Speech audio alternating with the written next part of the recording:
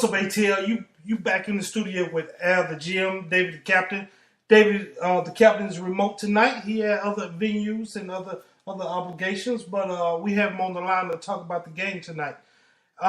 Me and David was discussing, me and the Captain was discussing the Atlanta Falcons game on Sunday, man, and we came up with that. They just got manhandled. They just got pushed around by a more physical team, and it was disappointing because during the Hard Knocks, all they was talking about is toughness, how physical they're going to be, and once they went up against a more physical team, it seemed like they punked out. What you think, bro? Hey, man, it's a tough game, man. Don't look like the Falcons even got on a flight to Cincinnati the way they played, boy. But, yeah, you just never know what you're going to get from week to week with this team, man. They're like Jekyll and Hyde to me. But, yeah, exactly. Yeah, Cincinnati was clearly a more tougher, more physical team, and it showed. So, I don't know what to expect from these guys going forward at this point. And I'm with you on that. And you know me and you, when the Falcons win, we'd be the first cats to out here beating our chest. But at the same time, when they get destroyed like this, we'd be the first person to tell them about themselves. Oh, absolutely. You know, looking at that game, man, from the get-go, I just knew it was going to be a bad game. But at one point during the game, I was like, okay, when A.J. Green went down with a toe, and then they lost 4 people that game. 4 people. And we couldn't muster up more than 10 points, so we couldn't get it. We should, if I'd have told you last week, if I'd have came to you and said, hey, bro, you know what, man, A.J. Green ain't going to play. They're going to lose a lineman. They're going to lose 2 more other players. You'll be like, oh, cool. That's a sure win. Yeah, that's a W. But, man, man, we just pretty much got destroyed. Right. The game was horrible, man. Because that's what I said. Once A.J. Green went out, the Cincinnati game plan was either throwing short and running the ball. And we couldn't come up with a better scheme to stop the short pass in the run game. Exactly. So that game was an embarrassment. It really was. It was an embarrassment. And those guys, and I'm tired of that. After the game interview, all I saw was, well, we got to do better. We got to clean this up. No, man, somebody should be pissed. If I was off the blank, somebody, man, I'd be ready to cuss somebody slap out, man. That was an embarrassment to the city. That was an embarrassment to the fans, especially the fans that put it on the line like me and you do every week. When we talk about them, like we say, when they win, we beat our chest. When we lose, we got to put them out there. Absolutely, man. I'm with you. Those press conferences was horrible. You pretty much know what Mike Smith's going to say before the game ends. We didn't play good in our first phase. I'm tired of hearing that, man. We heard that for 12 games last year. Exactly. Oh, man, I'm tired of hearing it. You haven't got it corrected in a year. What gives you no, that don't give me confidence that he's going to get it corrected this year as a fan. Exactly. And, you know, after looking at that game there, and, you know, when we first started, you know, in preseason and Hard Knocks Life, I was still excited about it. I'm still pretty excited about it. It's only week 2, so I don't want to give up on them that fast. But when you drop an egg, and that's what they just laid an egg. They scored 10 points, but that last touchdown was garbage to me. Yeah, it's garbage time. Cincinnati was in no danger of losing that game. And so I was looking at the offensive line play. Dunlop destroyed Holmes all game long. Right. He definitely needs to he got improved. So I think Kareem probably going to get kicked to that right with Jason Kelsey. Mm-hmm. But we tend to struggle with those speed guys. We can handle the power guys, the 3-4 system, and the Saints, they got big powerful guys, so we kind of handle them easily. But those speed guys, man, we've seen that in the preseason, what the Texans did with their speed. We struggle with that coming off the edge, so we got to fix that. We definitely got to fix that. And I was going through the stats after the play sheet, after the game was over, man. Matt Ryan got hit 9 times, sacked twice. The offensive line played terrible. Gabe Kareem did do well to say he never started at left tackle in his career.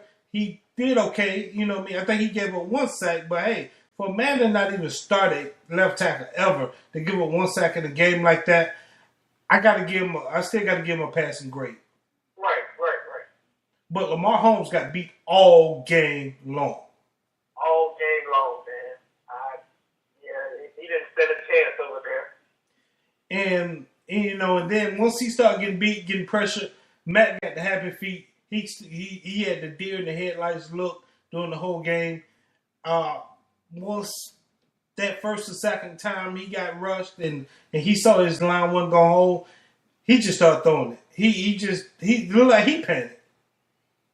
He probably did after the beating he took last year. You know, he didn't want to take that beating again this year, man. So yeah, I think the same thing you've seen analyzing the game. And then one thing is Dirk Cutter. You see your quarterback getting rushed, you getting hurried. At the same time, they coming with 4-man rush. They coming with blitzing. They blitzed us a lot that game. Right. They got a lot of pressure with the 4-man rush too, but at the same time, Marvin Lewis sent some. They sent some blitzes, right. And to back those guys up, why didn't we go to the screen game? We didn't go to. We didn't hit no screens. We didn't do anything. It was like they arrogance. They were so arrogant that we can run and throw the ball on any team. Till they look like they was unwilling to even change the game plan. Absolutely, man. Don't look like his coaching staff have a backup plan. And you should go into a game with a couple different options. But yeah, we didn't screen and. I'd have been trying to spread them guys out, man. Still blitz. I want to get my guys with one-on-one coverages. I would take Julio, Roddy, Devin, and Harry in a one-on-one coverage any day. Exactly. If I need to throw it quick, I trust that Devin has that Julio out of space. Come on, man. I'll take that any day. Yeah, we just didn't have a plan in this game. We didn't have a plan, and then once the game got going and we really was getting beat, and then my thing, Mike Nugent, their kicker, missed 3 field goals. Right. So going in halftime, it should have been 19-3. It was only 10-3. So Cincinnati did everything in their power to give us that game. Right. And we did everything in our power not to win it. Right. Once we are a bad team on the road for some reason, man. I don't know why we played that poorly on the road. And that's history, I guess, but recent history. We just don't show up on away games. I think the stats are like, we lost 7 or 8 games during the game. That came up like 7 of their last 8 away games or something. We lost or something. Yeah, we only won 1 out of the last 8 games on the road. Right. What? That's got to be fixed, man. You can't be a good football team or even a playoff team with that type of record on the road. You gonna get bounced every time, you know what I mean, out of the playoff. And then going back to looking at the stat sheets when me and you would discuss, once AJ Green went down, you knew Giovanni Bernard was gonna run that ball. Right. You knew Jeremy Hill was gonna get that ball. They ran the ball, man. What's that? 35 times on us. They ran the ball. No, it's more than that. No, they ran the ball 45 times on us. You know what I mean? They ran the ball 45 times, and we got pushed around. Our D-line got pushed around. I don't blame Paul Soliak. Paul did his thing. Paul was doing his thing out there. He was getting his push. He was trying to hold his ground, his line of attack. But damn, when you're only one man and Tyson sorry Jackson, he is sorry to me. Yeah, he's not doing anything. I agree. He's just a big body, but he's not getting a push. He's not getting no push. Babineaux is not a defensive end. We always knew that. We said that before the season even start. And I don't know why they're so in love with 71.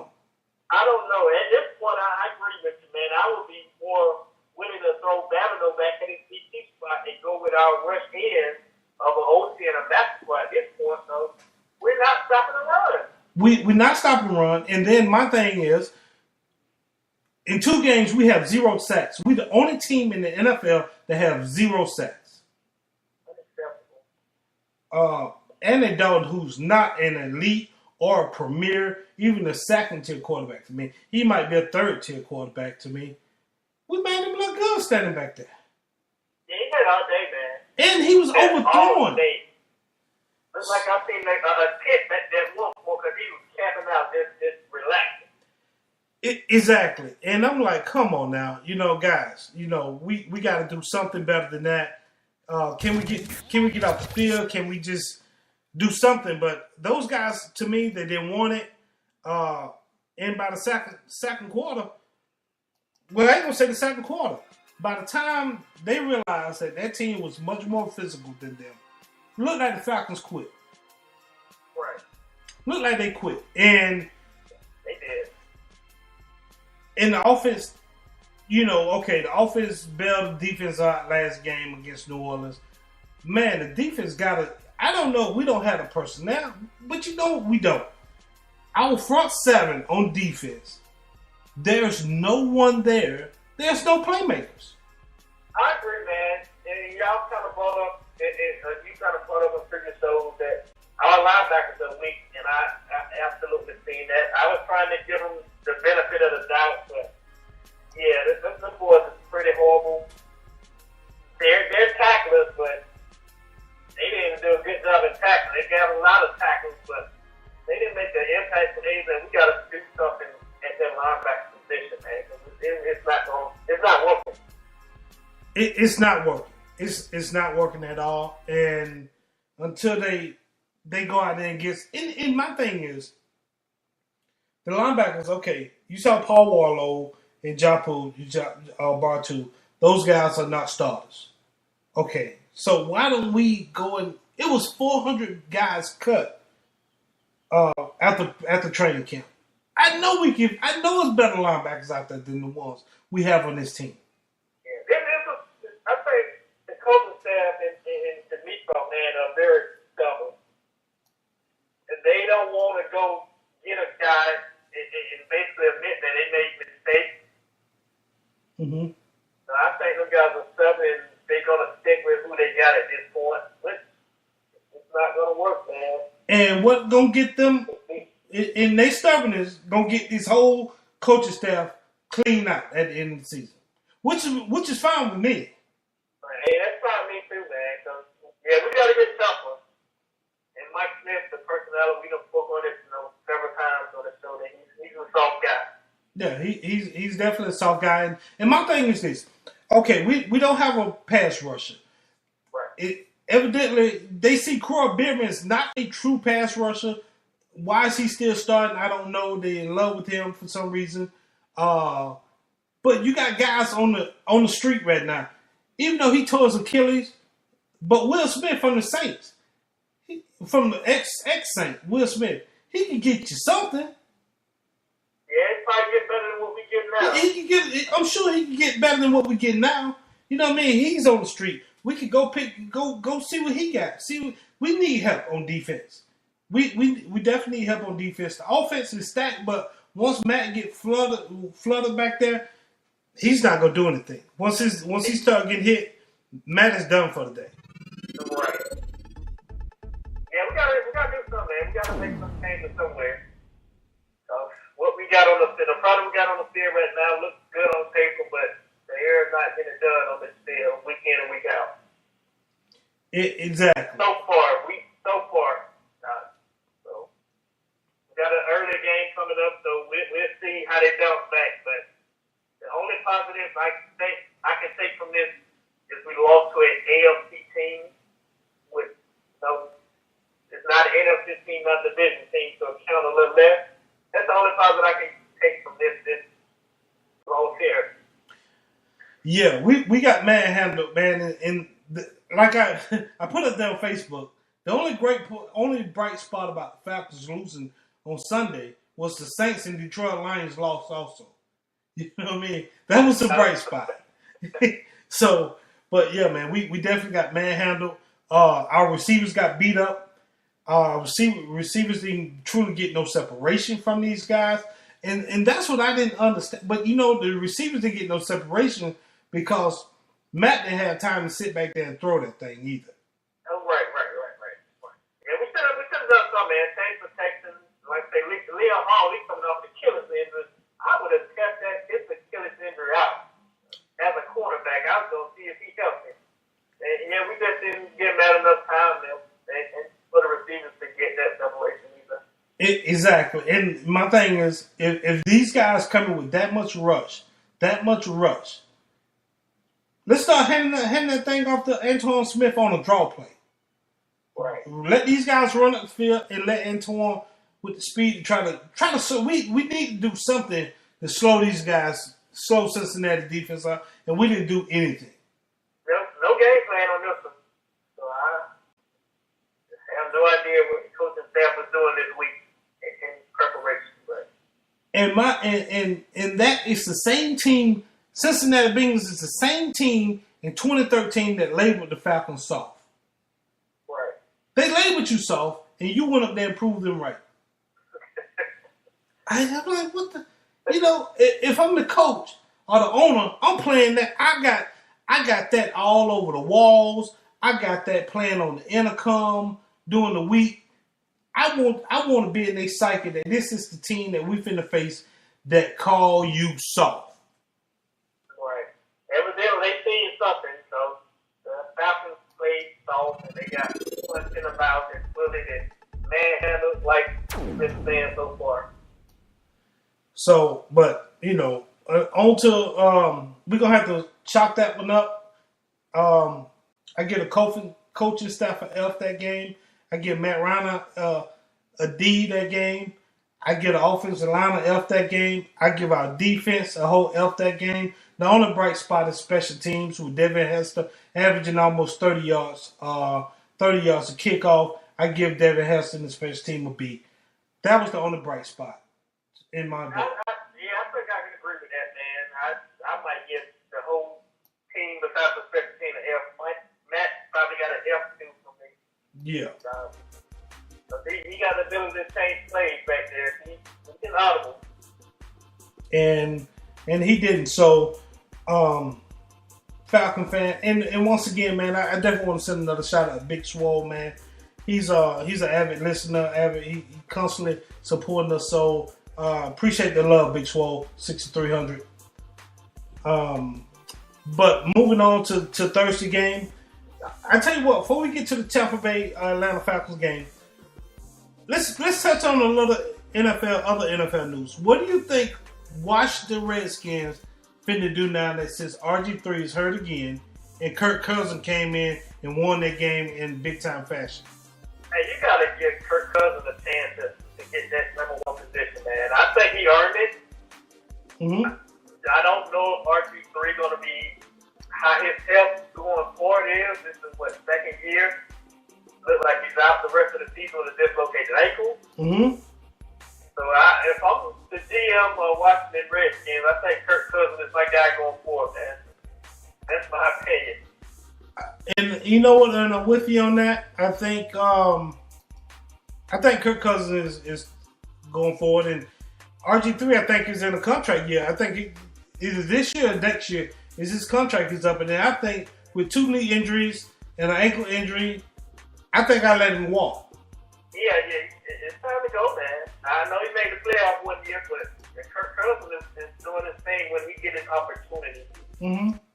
So if Washington don't give him a chance to start, he definitely get a chance to start somewhere else on another team. Exactly, and like me, you were just saying, man. I think RG3 is done in Washington. If they do keep, because Jay Gruden had no ties to him.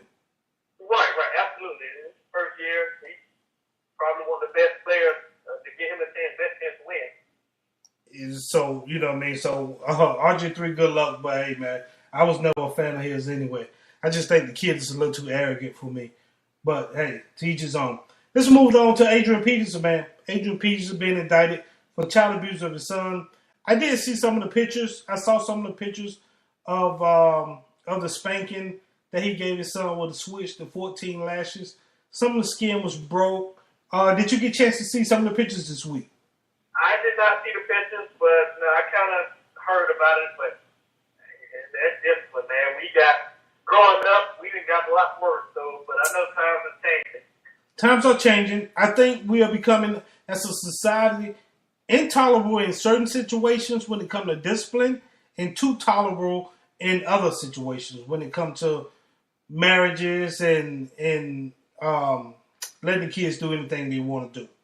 Right, but in my opinion, man, discipline is discipline. Maybe these kids that you can walk on the street right now and see kids with pants hanging down and shooting up places. So parents got to discipline, man. So we done got a lot worse. So I ain't faulting.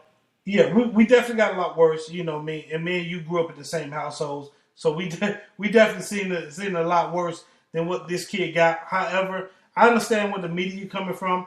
The skin was broken with the switches. He had whelps on him. Maybe Adrian went a little too far. Hey, I don't know. I don't know the whole situation. But, hey, I grew up on spankings. I grew up on whippings. I grew up on beatings, if you want to call them that. Where I used to act up at, that's where my mom used to act up at. So, hey. Exactly, man. And look how we turned out, man. And we turned out well, man. I can proudly say neither one of us never been in trouble with the law. We've been model citizens of and we take care of our family, and we run our business successful. So, hey, we turned out fine. But good luck to us.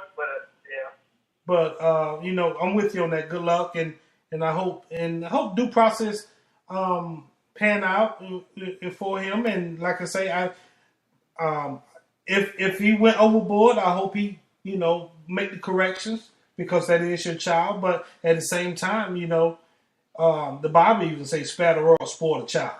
Exactly. So hey, and we're moving on to the next subject on that one, man.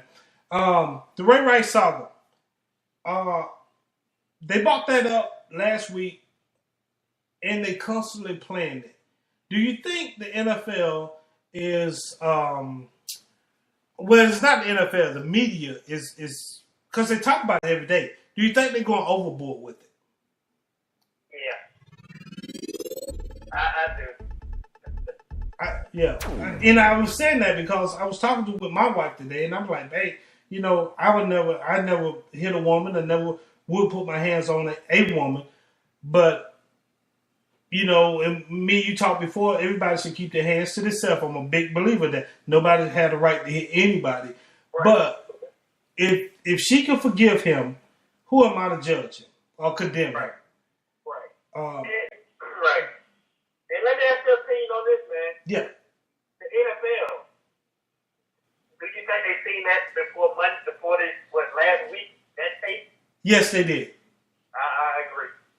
I do think Roger them seen the tape, and I think he made his decision off of Janae Palmer's, because she was his fiancée at the time, Janae Palmer's statement to say, well, hey, I provoked my husband or provoked my fiancée. He did this to me, but I pushed him or I spit on him, so I provoked him. And I think Roger made his 2-game suspension off of that statement. So, but now when Roger got heat from the fans and from the organizations, he should have just came out and said, instead of saying he didn't see the tape, he should have just came out and said, well, she came and said she provoked him, so I made the assumption off of what she was telling me, being his fiancée, future wife. Right, I agree with it. I definitely thought he seen the tape, and I agree that he made his decision based on that evidence. Well, So, and but hey, hats off to Ray and his wife. I hope they get the counseling that they need. I hope they, everybody's saying take him off the field, don't let him play. Let the man work. I think every man got a right to earn a paycheck, and if that's how he take care of his family, let the man work. Absolutely, man. I agree. Get counseling and let him play. Maybe not this year, but hopefully give him a chance. Don't stay indefinitely. Mm-hmm. Like he'll never play again. But if you're going to suspend him this year, that's fine. But give him an opportunity to, earn his respect back, man. I'm all about second chances. Exactly. And I was speaking speaking with a friend of ours, and I was asking him if you do something, just say he spanked this kid and he got arrested for child abuse. Will it be right if his job suspended him? Is it your job business? No, it's not. As long as it's not happening at work, it's none of their business. That's how I felt. That's why I was looking at the whole situation with Adrian Peterson and Ray Rice. I'm like, well, they gotta let due process play out. But why is it just because I work for the Minnesota Vikings? I work for Baltimore Ravens. Why is they can interfere like that in my personal life? Right. I agree, man. It's none of their business. It's not happening. Like I said, at work and all that. And yeah, that's your personal life.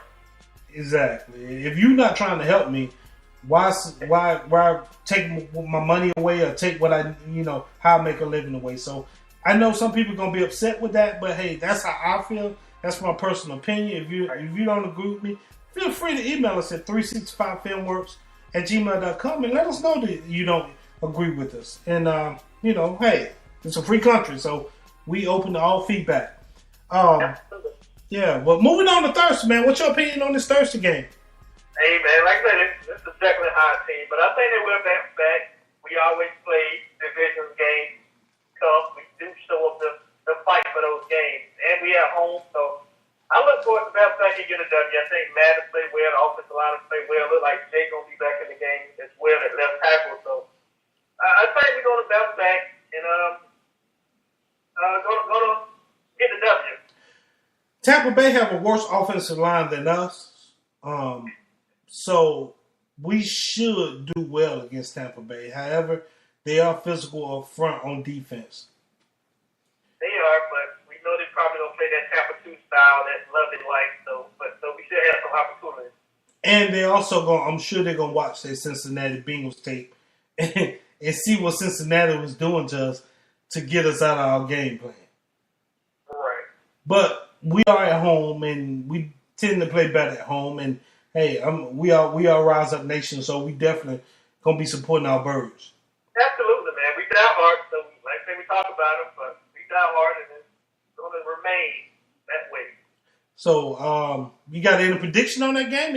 Any score prediction? Oh man, I think we're gonna bounce back in a big way. I think we're gonna get in the 30s, and we're gonna let's say 35. I'm giving the Falcons 35-24. 35-24. 35-24. I can see you on that. I'm gonna go. I'm gonna meet you on that. I'm gonna say, I think they're gonna score 2 field goals. So I'm gonna say 34-24. Falcons. Okay.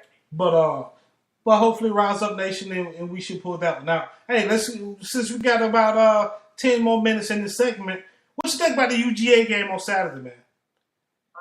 Man, I was heartbroken, man. How you missed a 28-yard field goal? But I think they got coaching issues too, man, down there. But I really hope they beat South Carolina. But it ain't Todd Gurley's fault. He did his thing. That defense is pretty bad. Seems like to me too. The defense is pretty bad. However, but the defense got you what you needed, and that was a turnover on the 4-yard line. Why 1st and 4 when you got the best player in college and you don't give him the ball? Right.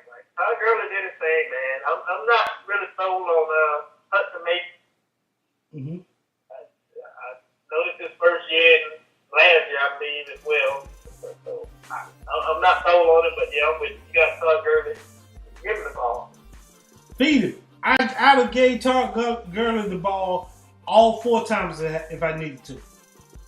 So like I said, it's coaching issues too, man. So if you go back to the first game,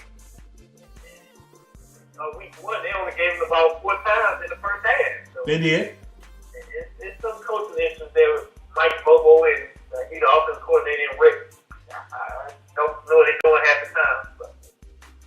Exactly. And I gotta put the onus on Mark Richt since he's the head coach.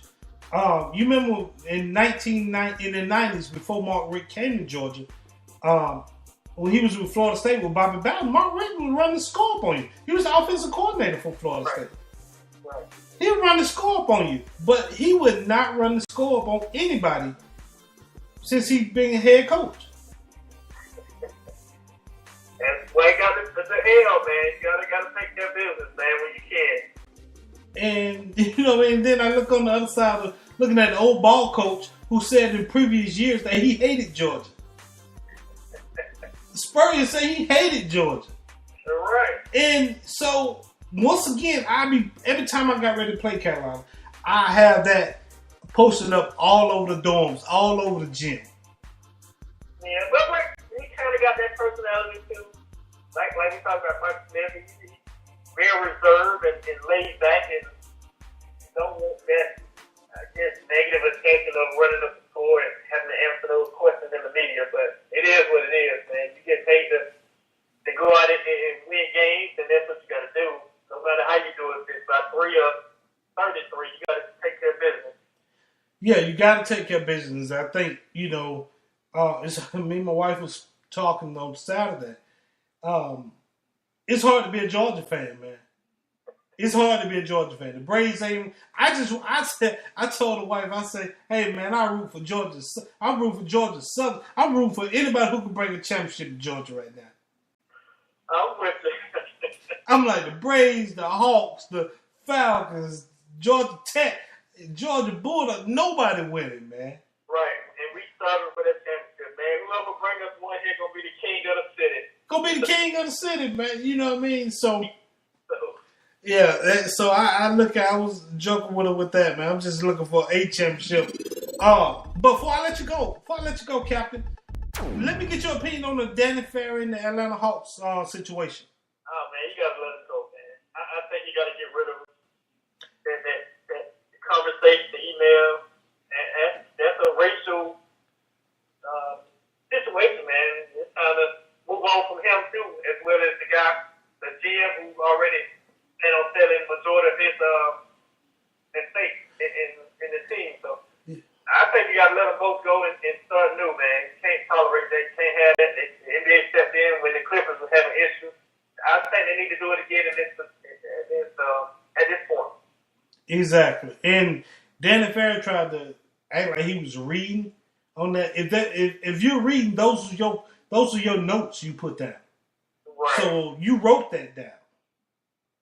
Right. So I don't buy the whole reading thing and everything. So yeah, I was looking at a press conference today from Kasim Reed and all the leaders around Atlanta, man, how they was,